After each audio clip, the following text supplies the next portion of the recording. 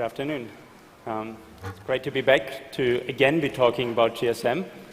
I want to take a somewhat wider focus this time, talk about related areas of GSM that since last year may have popped up as the new security features or suspected security features, and hopefully throughout the hour clear out all these suspicions that there may be security left in GSM. I'm delighted to be here with Sylvain Munaut, programmer from Belgium and a mastermind when it comes to GSM protocols. Planning a couple of demos. Hopefully they'll work out, certainly well tested. So by the end of this, you will have seen a live GSM hack end-to-end, hopefully putting to rest the discussion over how secure these networks are and starting the discussion of how to secure them better. Taking a wider focus, as I was saying, on what makes these phones secure or what was supposed to make them more secure. However, we're not going to look at every single part of the GSM ecosystem. The research interest, fortunately, in GSM is increasing so fast that other people are looking at all the remaining parts of this ecosystem already. They're looking at the little computer phones we have now and how they're exploitable through malware. They're looking at the air interface, which is our primary focus of our research and of this talk. They're looking further into the networks, though, where the data that's being sent from the phone to the base station now propagates through an operator's network, perhaps through several operators' networks if your phone is roaming, and they're looking at data stored in backend systems. So all of this is a 20-year-old infrastructure. There's lots of private data and with little security. We'll be focusing on the one part of this security chain that's most exposed, the air interface, the data that's being exchanged between a phone and a base station. And hopefully get the idea across that on this air interface, much too little protection is provided for us to use it to transmit critical data. This is very much a follow-up to last year's talk and to last year's research, where the focus was much more narrow on cryptographic problems. And the GSMA, the umbrella organization of all the GSM providers in the world, rightfully remarked that looking at just cryptographic problems is not going to lead to a real hack of the system. No, it will never constitute an actual threat to call privacy.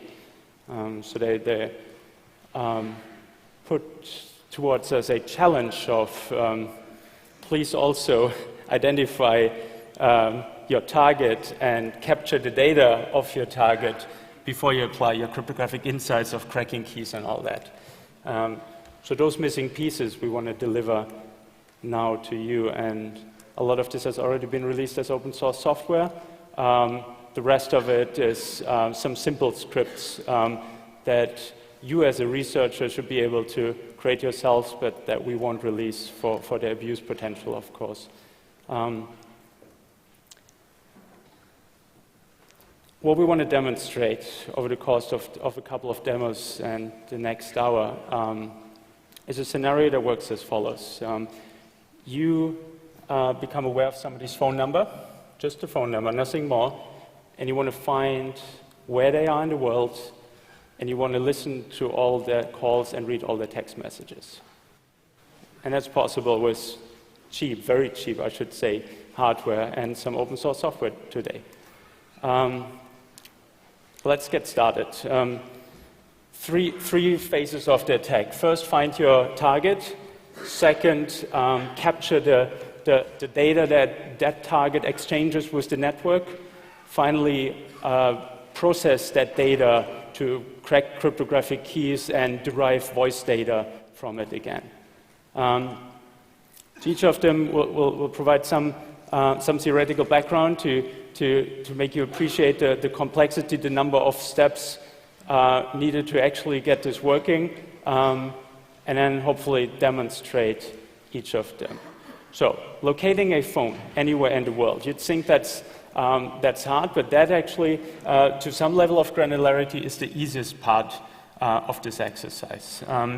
Due to the way GSM operators cooperate amongst each other.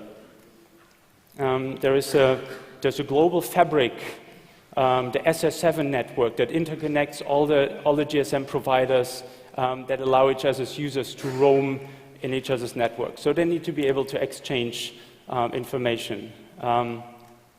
As a side remark, all of this has been presented at this conference already a couple of years ago by Tobias Engel. So this is just a summary again, so you understand how all the different pieces are fitting together. So over this global network that the GSM operators use to coordinate, messages are exchanged such as, where's your subscriber currently? When I send Sylvain a text message, my operator will ask in Belgium where his phone is, and get as a response, he's currently in Germany, so send your text message to that location in Germany, it will then deliver it to his phone.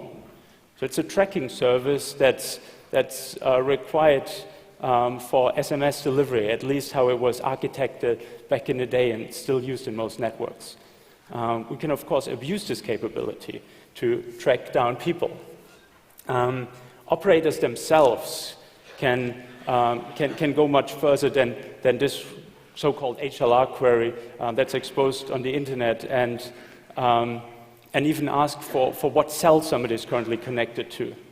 So while I'm getting the information that Sylvain's phone currently is in Berlin, but not in Hamburg, say, an actual GSM operator would get the information he is connected to the cell Alexanderplatz, Berlin, Germany right now. So much finer granularity. And any GSM operator can do this. We'll leave it at the LiDAR capability, though, since that is exposed on the internet through providers that sell the service for marketing for pennies to the dollar. So the scenario goes as follows. You start off with somebody's phone number, you look it up through one of these HLR services. It tells you where to send your text message to if you want to reach that person, right? That gives you a city, or at least in rural areas, a rough location of that person. You want to increase that granularity by driving around that city and finding out which location area the person currently resides in. Location area is the next level down in granularity. Berlin will have a couple of location areas for each of the operators. So for each of the location areas, you start listening to traffic announcements in that location area, and you send text messages to the phone. You will either see text message being delivered as you send them or not. Gives you an indication of whether you are currently in the right location area or not. These text messages don't necessarily have to show on the target phone either. There's the nice function of silent text messages that do get delivered over the air interface, but never show on the phone. Where operators block silent text messages, you can send broken text messages. So text messages that the phone doesn't really understand. It's being delivered to the phone, and the phone will throw it away since it doesn't understand the type or anything about the text message. Right? Using this technique, you find where in a city somebody is. Last level of granularity, of course, is the cell itself. Driving around the dozen or so cells within a location area, again, using this SMS trick, you find what cell somebody is connected to. Right? And that's the first thing we want to demonstrate. Could we switch to the other projector, or to the other computer for projection, please? Okay. So I'm targeting this phone. I know it's, well, here. So I know its location area just because there is here we only receive one, so there is just no question. I'm going to use one of these phones to listen to every mobile that gets paged So I'm just starting.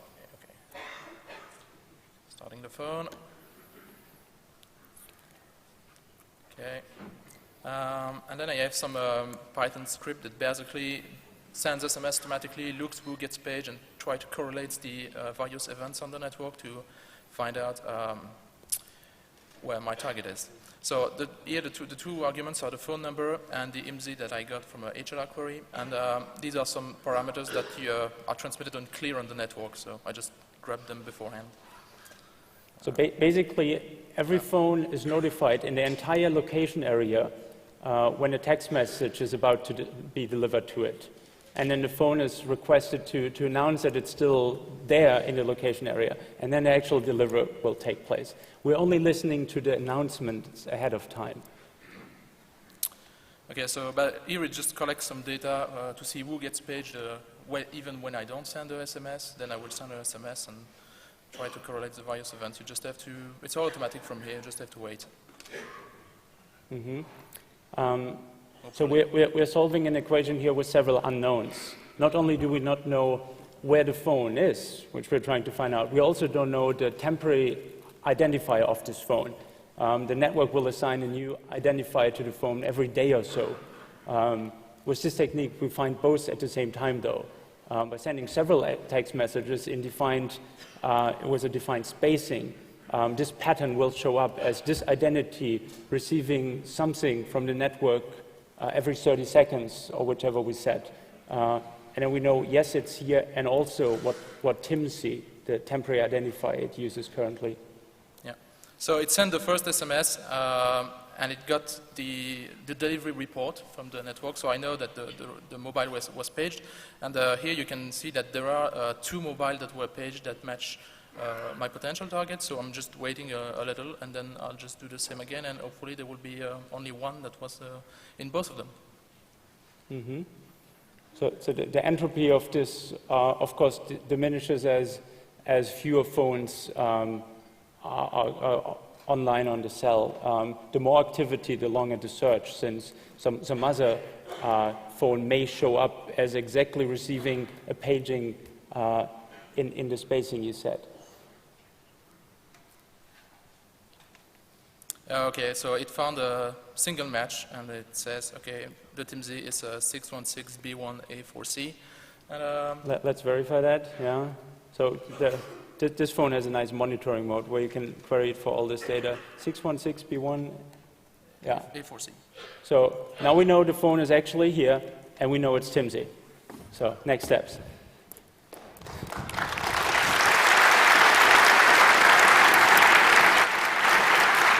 Can we switch back, please? Thank you. Now we want to grab data of the air interface that would allow us to crack the key, but then read that data given the key, right? Again, a little bit of background so you understand what's going on here. GSM phone calls use numerous different frequencies or channels to execute different phases of a call. Basically, a GSM call works as follows. The phone is listening to what's called the beacon channel, where all these announcements are happening, the pagings we just listened to. These were on the beacon channel. The base station, when say it wants to announce to the phone that it's being called and connect through the call, will ask the phone, "Are you still here? Please respond to this paging." And if the phone does respond, the base station will immediately say, "Okay, let's continue this discussion on a different channel to keep this beacon channel as free as possible." This could be a different time slot on the same frequency. This could be a different frequency. This could even be a set of frequencies among which the phone hops. The base station determines all of this, and it much depends on the operator configuration and their sense of noise resistance, mostly, what configuration they are choosing. So on this control channel, the phone is now typically asked to start encryption with a key that's already negotiated between the base station and the phone. If no key is negotiated yet, it will happen now too on this control channel. So in any event, they switch on encryption, and only then the base station tells the phone what's going on, that it does receive a text message or that it does receive a phone call right now. Now, after basically sharing this information, the channel is changed again to also keep free this control channel that's used for different phones' control information. And now, typically, the base station will ask the phone to start hopping among various channels to increase the noise resistance, so that if on one channel there's a lot of noise, some data of the other channels still gets through to the phone. And this traffic on this set of channels is, of course, what we would want to intercept if, in fact, we wanted to listen to the phone call. So you appreciate that this is basically a multi-frequency problem with a moving, unpredictable target. Since the information where you would have to look already comes encrypted, right? These frequencies also are spread widely across the available GSM band, so they're not at all adjacent to each other and basically easy to sniff as a package. GSM 900, the T-Mobile and Vodafone allocated band in Germany, they use 35 megahertz of spectrum for each downlink and uplink, which is broken into packets for those two operators. And then each operator takes some subset of what they got allocated to a cell, typically spread across the spectrum for the set noise resistance.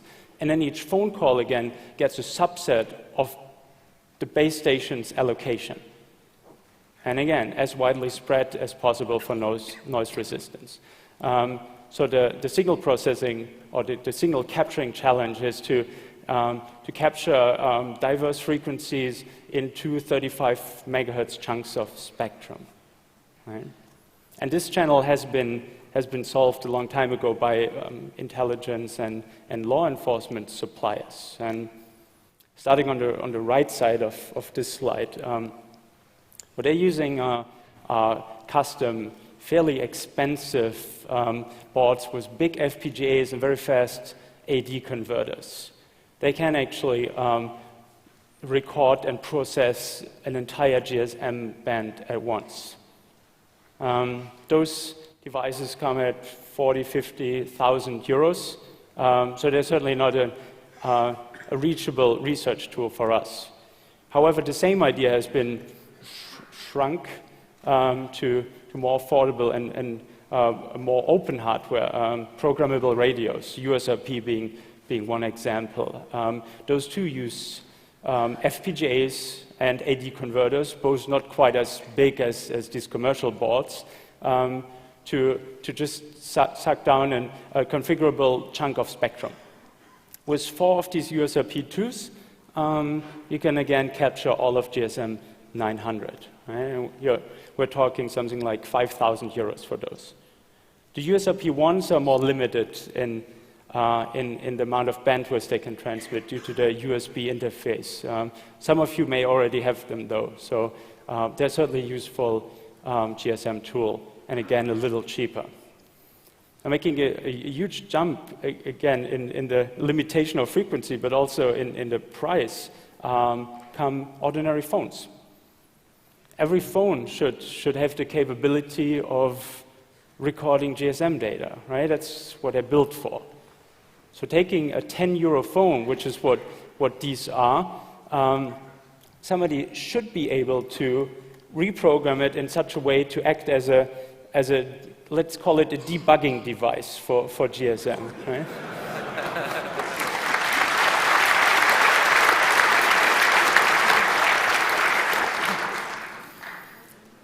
And that's what the Osmocom team, and among them Sylvain, did over the past year or so.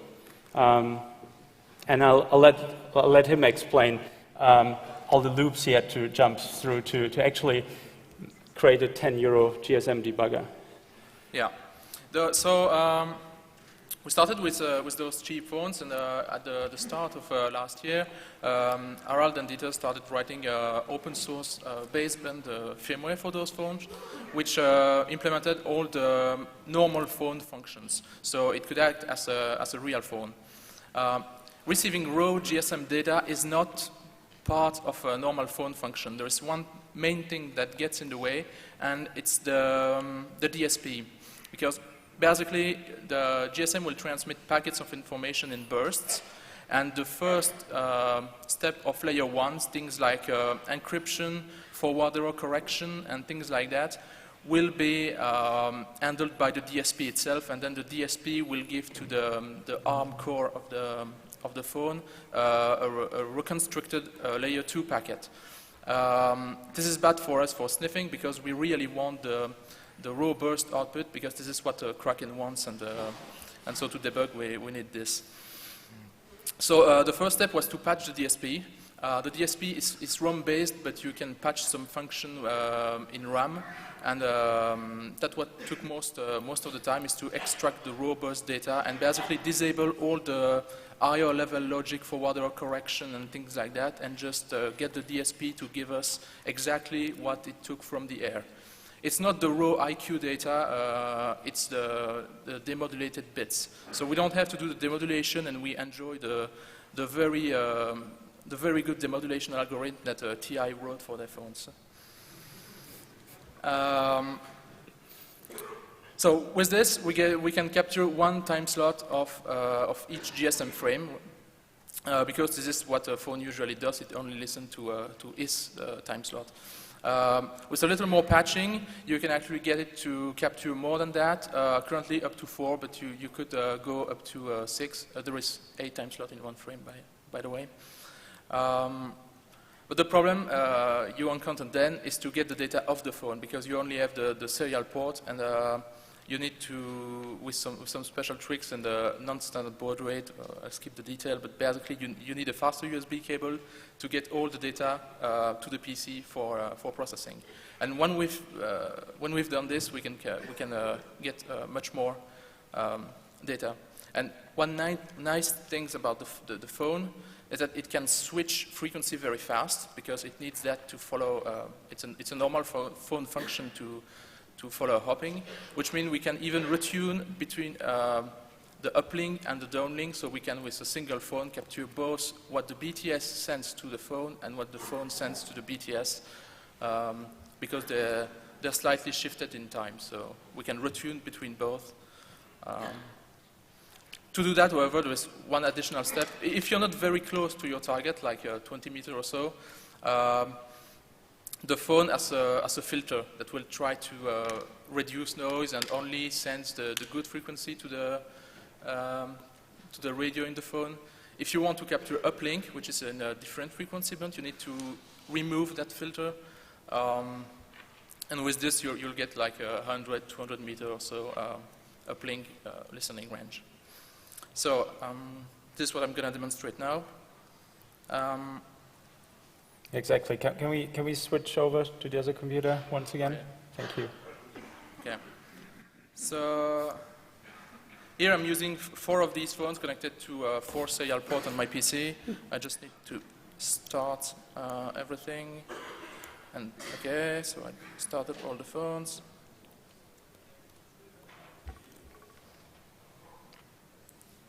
Okay, the phones are started. And here I have another application where I tell him to listen to ARFkin 671. This is the cell, the only cell you get here for this provider. Okay, 4 phones, and here I introduce the TIMZ of my target. So I tell him, as soon as you see a conversation, some messages that are not for my target phone, you just drop them. I don't need them. I only want my target. Mm-hmm. To emphasize this for any law enforcement or lawyer in the room. So we are sniffing on a live network, one of the commercial operators in Germany, but we're only sniffing data that's specifically sent to this very phone, since we found out its identity before. We wouldn't need to apply this filter, but to stay on the right side of the law. kind of wanted to. Okay, so now the phone is just looking at every channel that's being assigned, and if it's not for my phone, it just drops the data. Now I'm just going to send a new text message to this phone.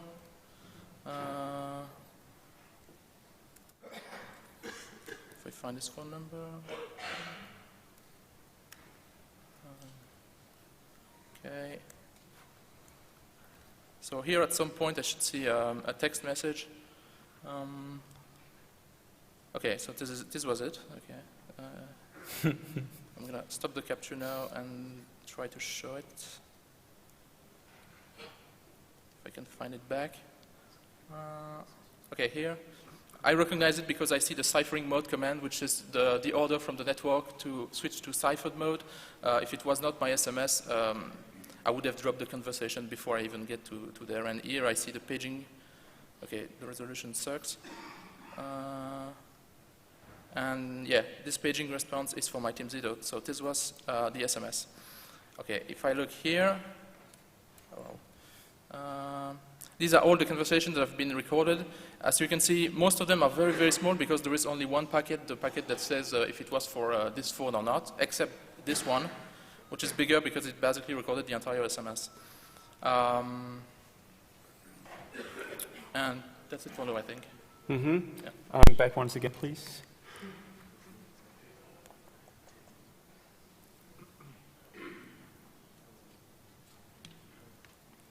Can we switch to the display again? Thank you. So this is how we recorded data and displayed the data up until the point where it says, now please start encryption. So the logical next step is to crack that encryption, right? Again, tiny bit of background. The phone SIM card and the home operator share a secret key. That key is used for billing purposes and all of this, so it's really well protected since it protects the monetary streams of the operators. If you know that key, you basically make calls on somebody else's account. There's another key that's much less well protected since it only protects your private data. That's the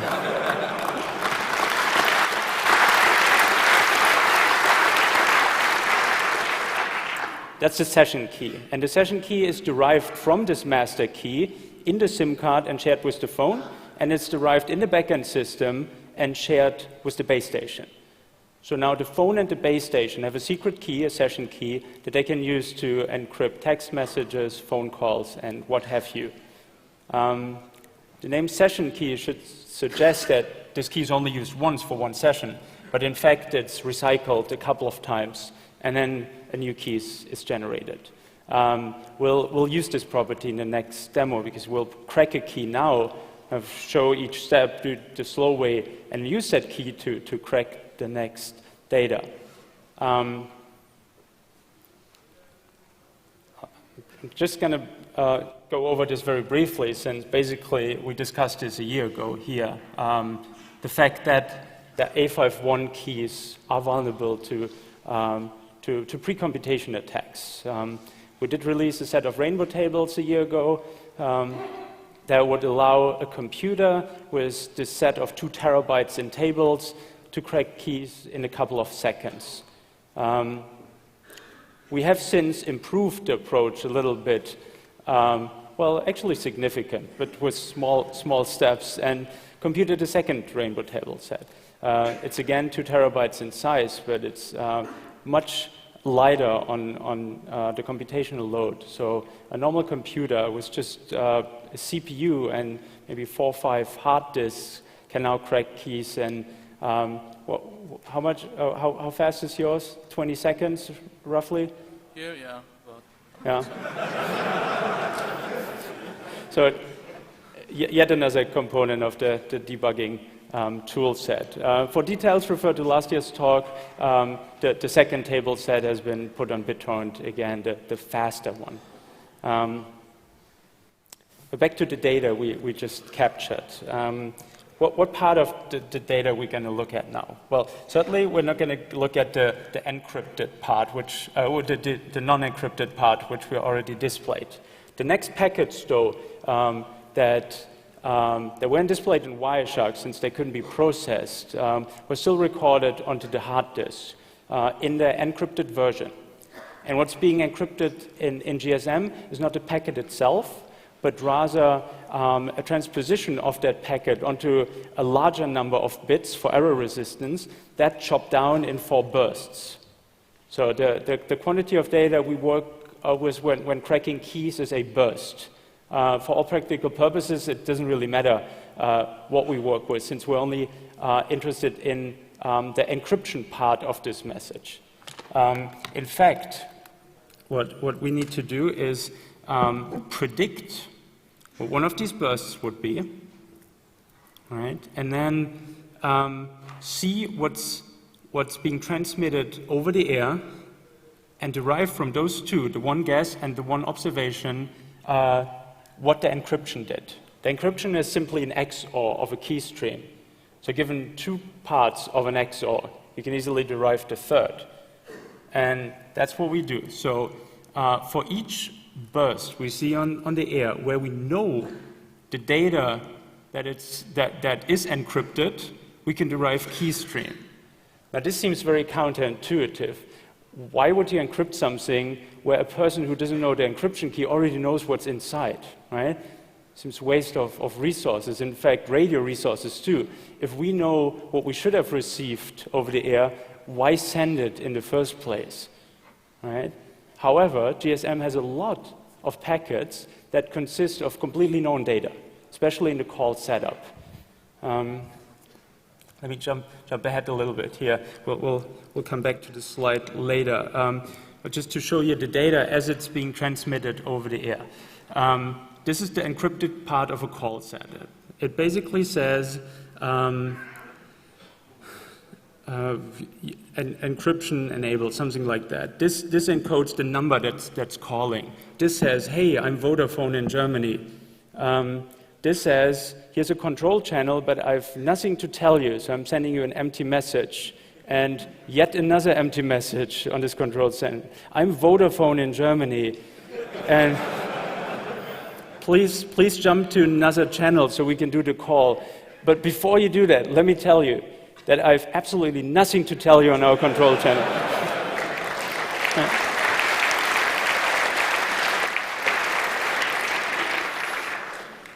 Every call setup on this cell looks exactly like this, with the variation of the number that's calling. So that's the only variable in this entire exchange. And there's more messages like those that weren't shown on that slide that are as guessable. So, and exactly that's the second ability or capability we need to crack keys. First, we need a cracker that is fed with key stream, but also we need a guess as to what the message was so we can extract the key stream. And I'm assuming you already did that? Yeah, sure. Yeah. So basically this part we have already seen, how the phone is now tuned to the cell, but also filters for the specific TIMSI. It recorded a message as it was transmitted unencrypted. This is the message, hey, I'm Vodafone in Germany. And it then captures the same message encrypted. It's sent at very, very defined time slots. So you just XOR the two and you get the key stream, which is fed to this tool Kraken by Frank Stevenson. He's Norwegian, and I'm being told Kraken is like a big octopus. So this octopus eats A51 key streams. And let's try whether it's working. So can we switch back one last time, please? Okay, so basically I just input to the, okay, guessing the burst is just annoying, so we have a software that does that. You just give it the file to the record burst, and it will try to analyze the network and try to guess the clear text traffic and output you exactly what you must input to crack in. So if I just run it, okay, it gave me some, each time it's like the layer 3 message that was guessed, and then the burst corresponding and what I must feed to Kraken. So I just, okay, I'm just gonna, okay, this is actually for an old version of Kraken that only did 1 burst at a time. The newer version actually can do 8, so I'm just gonna input all of them at once. Yeah, this is a non-yet released version. Thanks to Sascha Chrysler for hacking this in the last couple of days.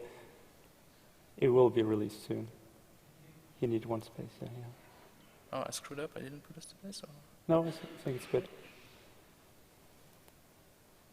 So these are all the bursts. A combination of a guess, what data should have sent, XORed with data we actually saw on the wire, on the air wire, I guess.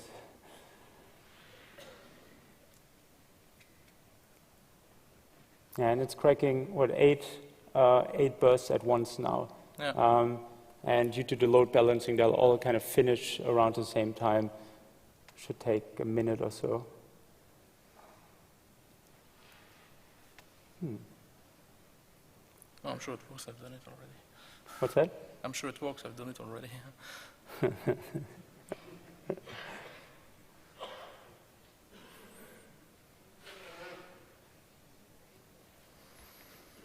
Okay.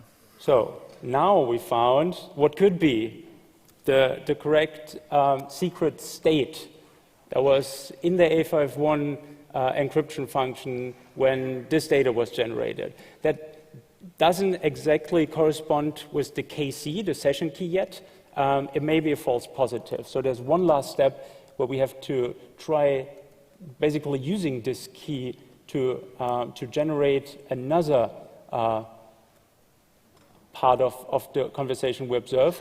And in fact, it did find the KC. So this is an A5.1 session key for the entire call.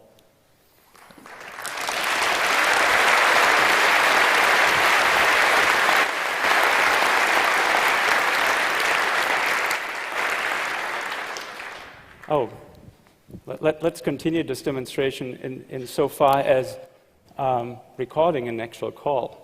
So I'm just checking that the key is correct, and so now I have, yeah, I've deciphered the SMS delivery, and you can see here, SMS deliver and where I send it from and everything. So this is the correct key for this.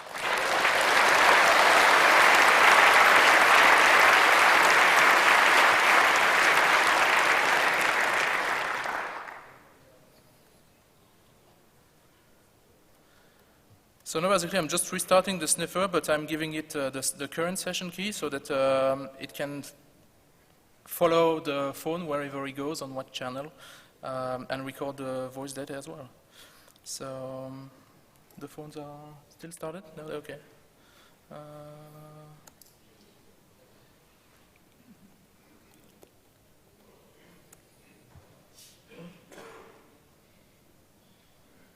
Okay.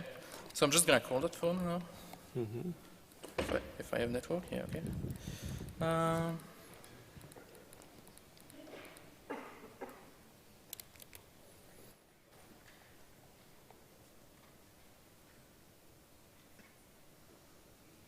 So it is ringing.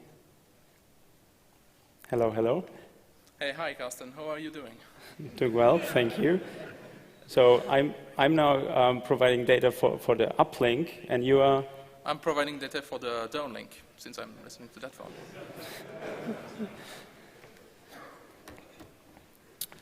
And so if I look at the data that has been recorded now, okay, it's actually this console.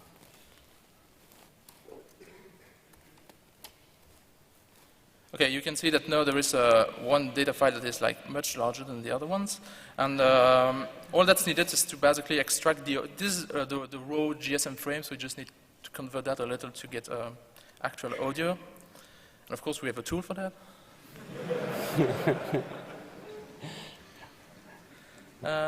Okay, I'm just gonna need the. That has been released already, right? No, but this will be. It's just the code isn't clean enough yet for me to publish it.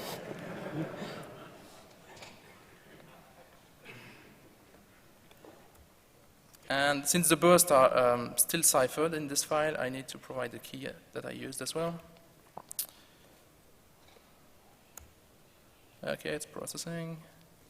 And it created 2 files, one for downlink and one for uplink, if I play them. Hopefully, we'll get audio. Oh, is the audio from my laptop patched in somewhere? Hi, Karsten. How are you doing? That's half of the conversation, of course, in the downlink. Yeah. I'm providing this for the downlink, since I'm listening to that phone.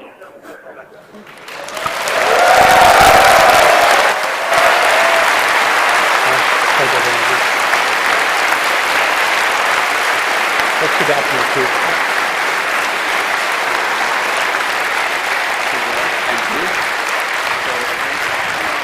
Providing data for the uplink, and you are... Yeah. So that, yeah, there you have it, a full uplink, downlink GSM sniffer with 4 €10 phones.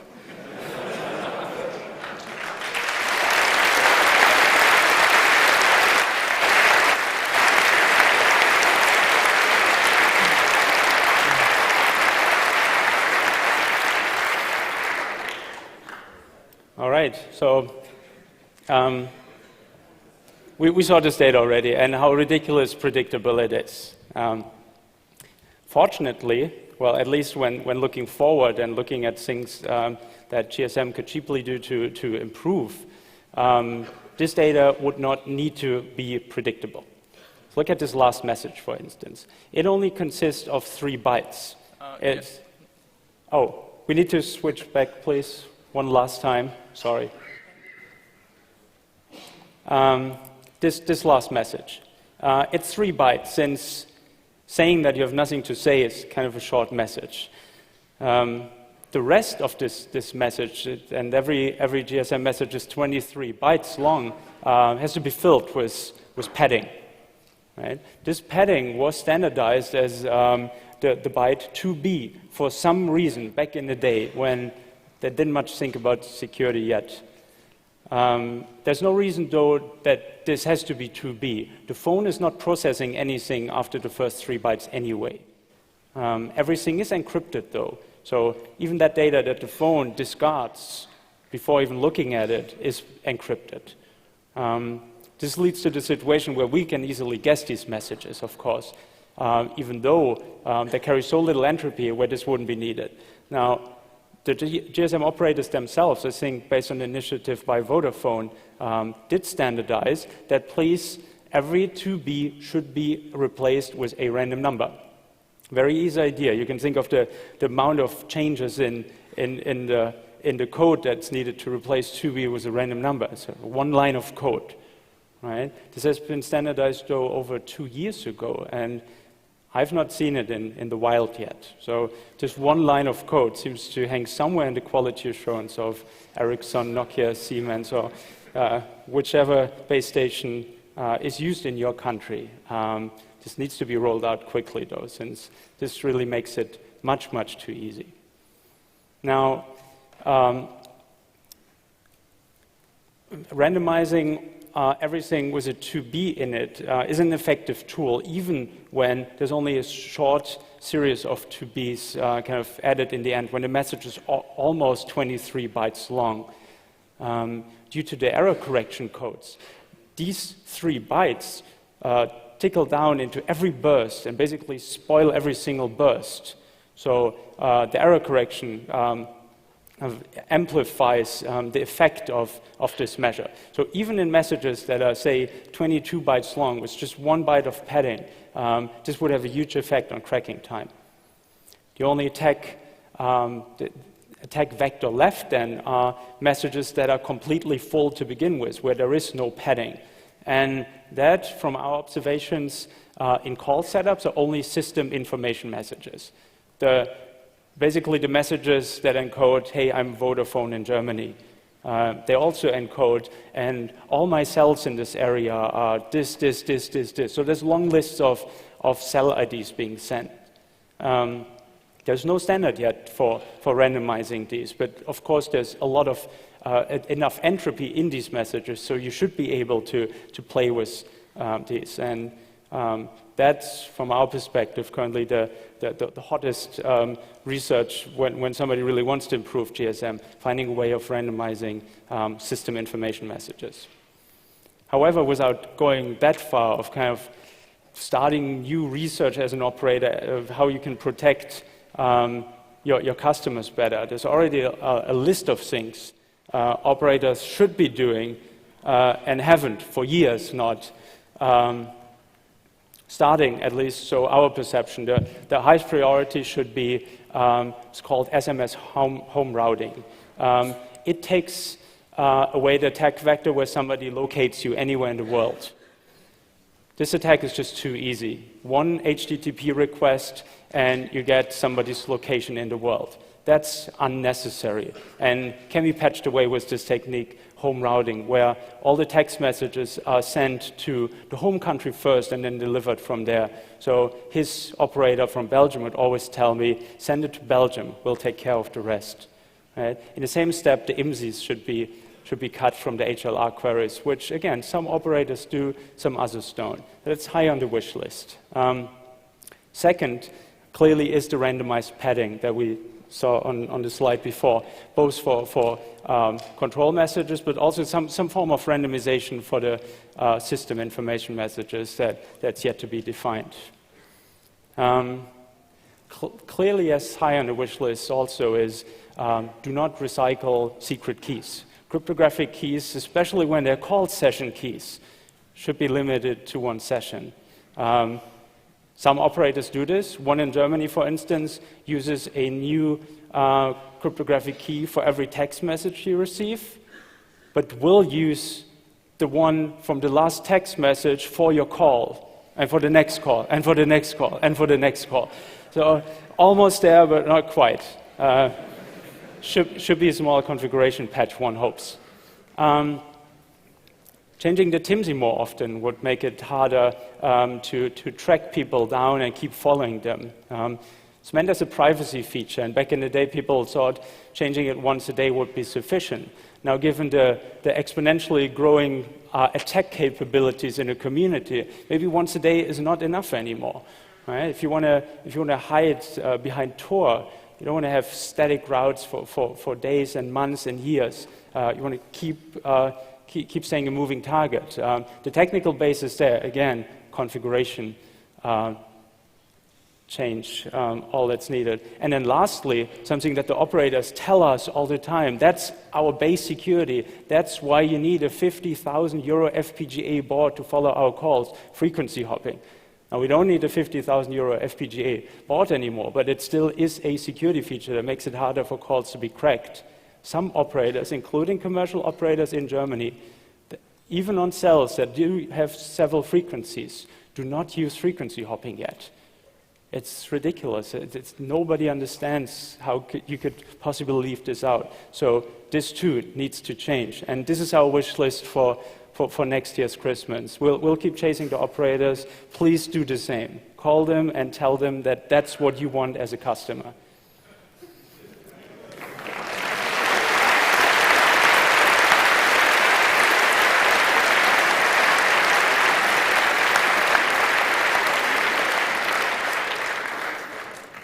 So to sum up, GSM is insecure, and more so, the more that that is known about GSM. Pretty much like computers on the internet in the 90s, when they didn't yet understand what security was, they didn't yet understand how to deal with viruses. Pretty much in the same situation with GSM now. The research certainly isn't done.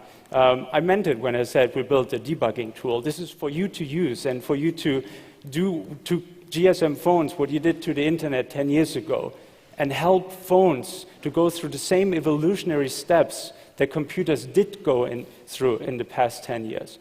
So help us make this better and help yourself to be better protected with your private data. Thank you very much.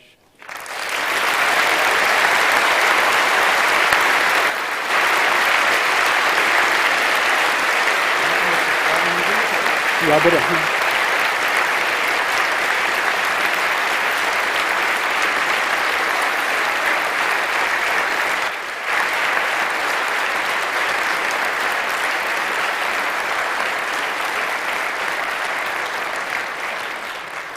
Now that everything is seriously broken, are there any questions?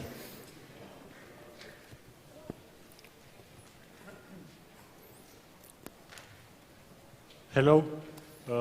I have a question for Sylvain.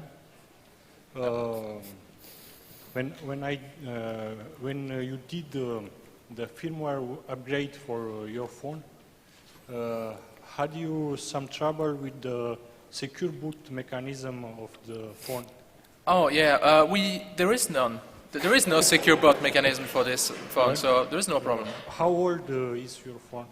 2006, the Motorola C123 Ti Calypso.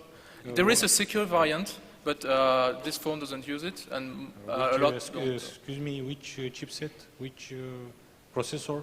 Ti Calypso. It's TI Calypso. Okay. The osmocom.org yeah. website is going to answer all questions along those lines. It's a but, well-documented project. But just by curiosity, for the phones available today commercially, there is always secure boot mechanisms implemented, or there are still some phones which can be patched. These phones are still available. Is still Yeah. available. And they're getting cheaper every month. Maybe not after this, but...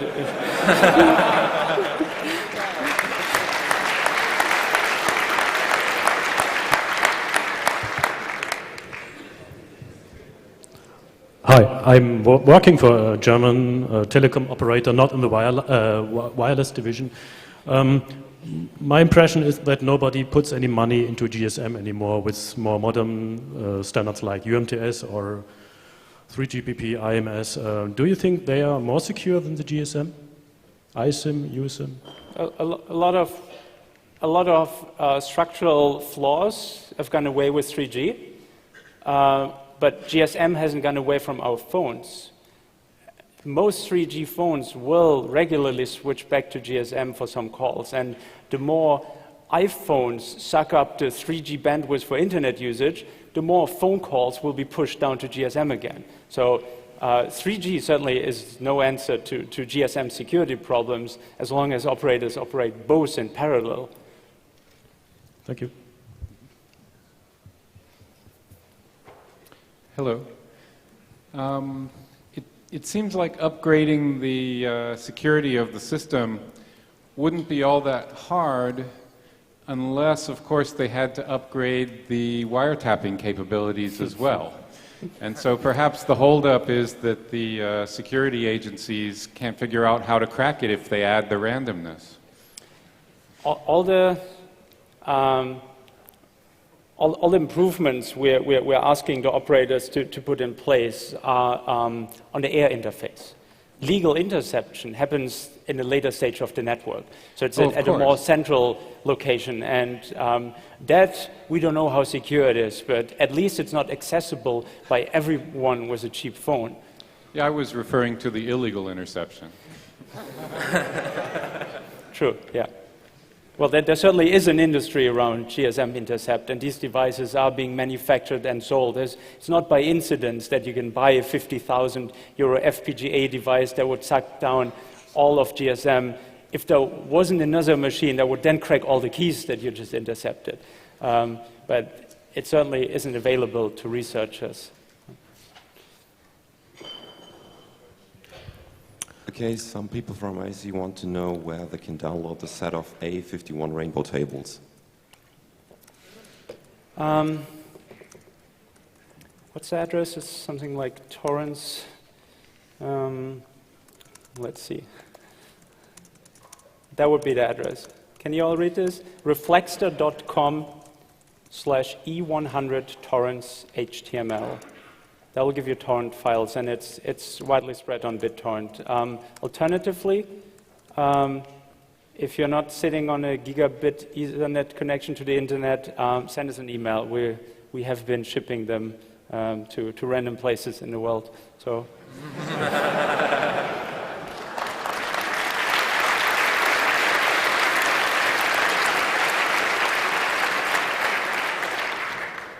Okay, Wu-Tang asks if other phones are to be supported in the future.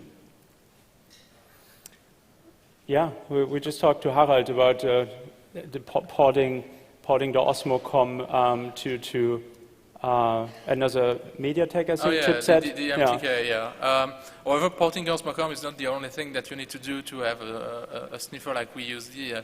You need to patch the DSP of the MTK as well. That means reverse engineering it, and so on and so on. So Osmocom acts as a real phone. Okay, if you want to turn it into a sniffer, you need some more work. But definitely, I'll look at it. That's all I can say for now. Yeah. And it's all open source, and you're the community, so make it happen if you need it. In the previous slide, you said that we're not able to crack data streams yet. So what are the main difficulties here? Data, as in GPRS and Edge, is much less accessible. So basically, there's no sniffing hardware for it yet. That doesn't necessarily mean we can't build one, and I should add the yet to this statement. On top, though, GPRS uses another set of encryption ciphers. So it's not all that clear whether we can break them with the same methods. Before they're being published, nobody can really answer that yet. But let's say people are working on it, and perhaps next year at CCC.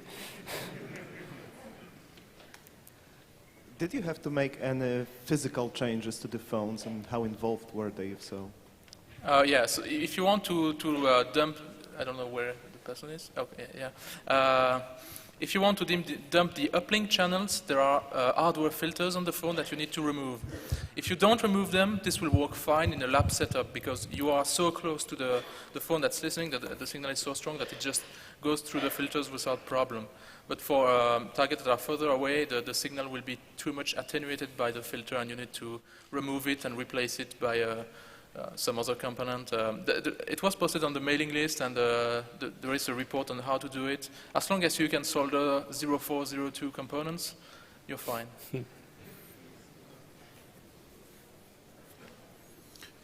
Yeah, right here. Okay, another question from ISC. What German operator in Germany changes the encryption on every SMS? We're not going to answer that. Find out yourself. Get a USRP Osmocom phone. Yeah, we're not going to put anybody down unnecessarily. Let's say all four have easy next steps they could take to become more secure. None of them have achieved the best practice level we've seen in other countries yet. Okay, do you want to give the people on the other side a chance? Okay. Last year you mentioned that the GSM A was now recommending to use, I think, A5/3 for encryption. And you also mentioned that you weren't entirely sure that it was a good idea because you thought you saw some insecurities in there. Is there any progress on that front? Well, I think the discussion basically fell asleep after people got the offers from Ericsson how expensive it would be to replace major parts of their network just to upgrade to a new encryption function. The attacks work the same way. They're just a couple of orders of magnitude more expensive. Balancing that with Moore's law means that upgrading to another 64-bit cipher, that in this case is a block cipher, not a stream cipher, will buy you a couple of years. And spending many millions for a couple of years more secured is probably not worth it, especially if there are other things you can already do today. There's one line of code, one call to Ericsson, please send us the new firmware, that probably has a similar effect, at least in improvement factor right now. Right? So probably no A5.3 anywhere anytime soon, unless somebody would build an entirely new GSM network where all components already know A5.3. Okay, last question. Kato wants to know if the location does apply to UMTS2, the location with SMS. Did you understand that? No, I didn't understand the question. Can you ask that again, please? Does the location with SMS apply to UMTS2? Oh, good question. Yeah, UMTS paging, I don't know how that works. No, I don't know either how UMTS paging works, so I can't answer. Sorry. But yeah, chances are it will have a similar mechanism. Yeah, we don't know yet, though. Okay, are there any more questions? No more questions? One? Hi. So, if UMTS is better than GSM in security, can I force my phone to not use GSM? Depends on your phone. My phone, you can force it to not use UMTS, but not the way around. Yeah. Yeah, same here. We have there a question still left. Okay, last two questions. So how did the operators respond to your research? Not yet. Oh, okay, good.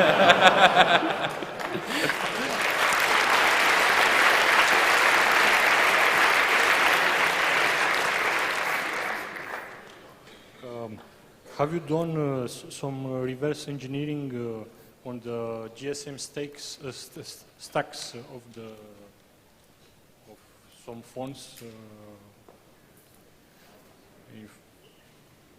The question is whether the project has done reverse engineering of GSM stacks on phones. We replaced the entire stack on the phone, yeah. Oh, okay. Yeah. Well, there used to be a full source code of a GSM stack on SourceForge for the same chipset but another phone. So people have been looking at that reference implementation and kind of getting ideas on how to create it as open source software. So it's some way of reverse engineering, only that they already gave you C code. So in fact, each operator takes a reference design, a reference stack, and they use it in all phones. We wouldn't know. Okay. So Okay, give these guys a round of applause.